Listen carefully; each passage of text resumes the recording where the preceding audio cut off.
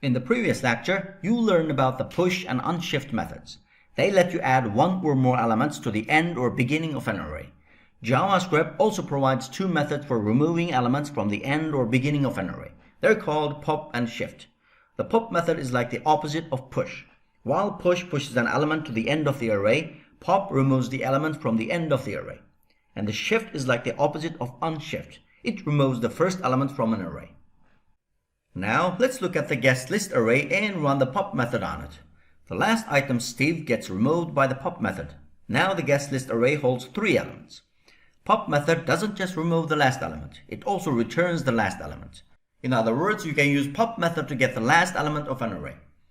For example, create a variable named last item and store the value returned by the pop method like this.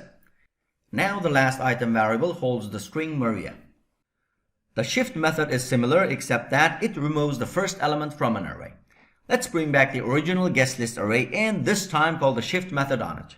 Now the first value John gets removed from the array and assigned to the first item variable. Push and shift methods are often used together to create highly organized data structures called queues, or list of items that follow the logic of first in, first out, which is often called FIFO. In simple words, it's similar to a line or queue at a store. New customers join the end of the line, like the push method, and the customer at the front of the line gets help first. That's the shift method. In other words, the first element is processed first and the newest element is processed last. Now let's look at an example. To code along with me, first download the course folder from the link in the description below and open it with your favorite code editor. Here I'm using Visual Studio Code. From the course folder, open the exercise folder called JavaScript Arrays. And then open the index.html file in the browser.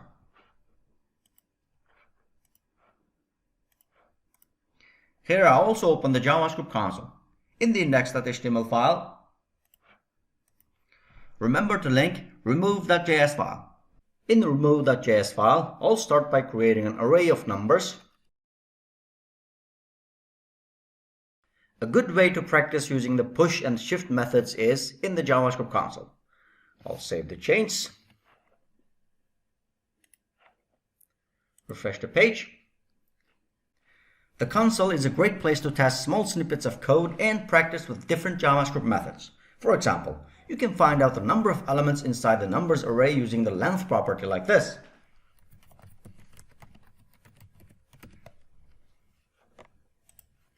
I'll press enter, which returns 5 elements. I can also add an item to the end of the array using push method.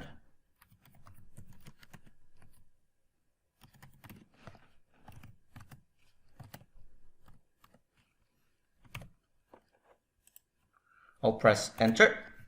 The push method returns the length of the array, which is now 6. Now if I type numbers in the console, I'll press enter.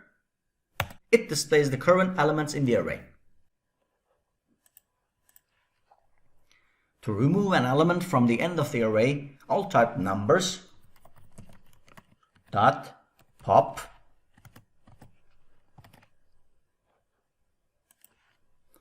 Notice how I'm not passing any arguments to the pop method.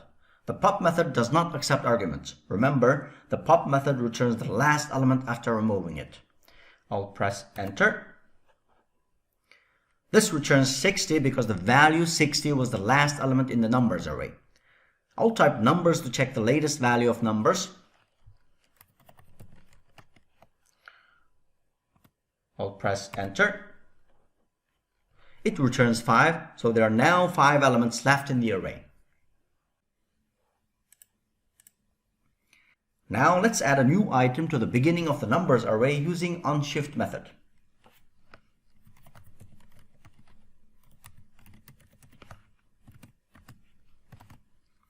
Let's say the number 5.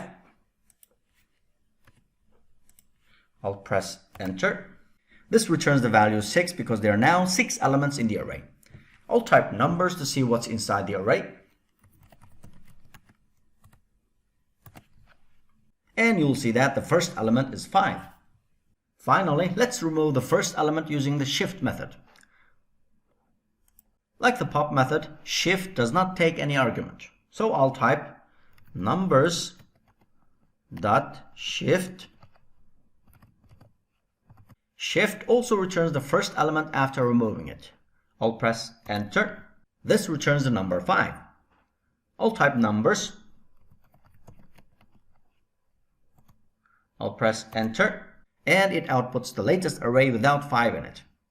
I'll run numbers.shift one more time.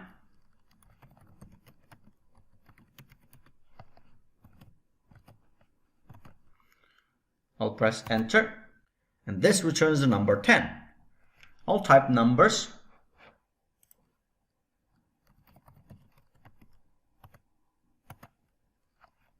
And notice how the latest numbers array does not have the number 10 inside it.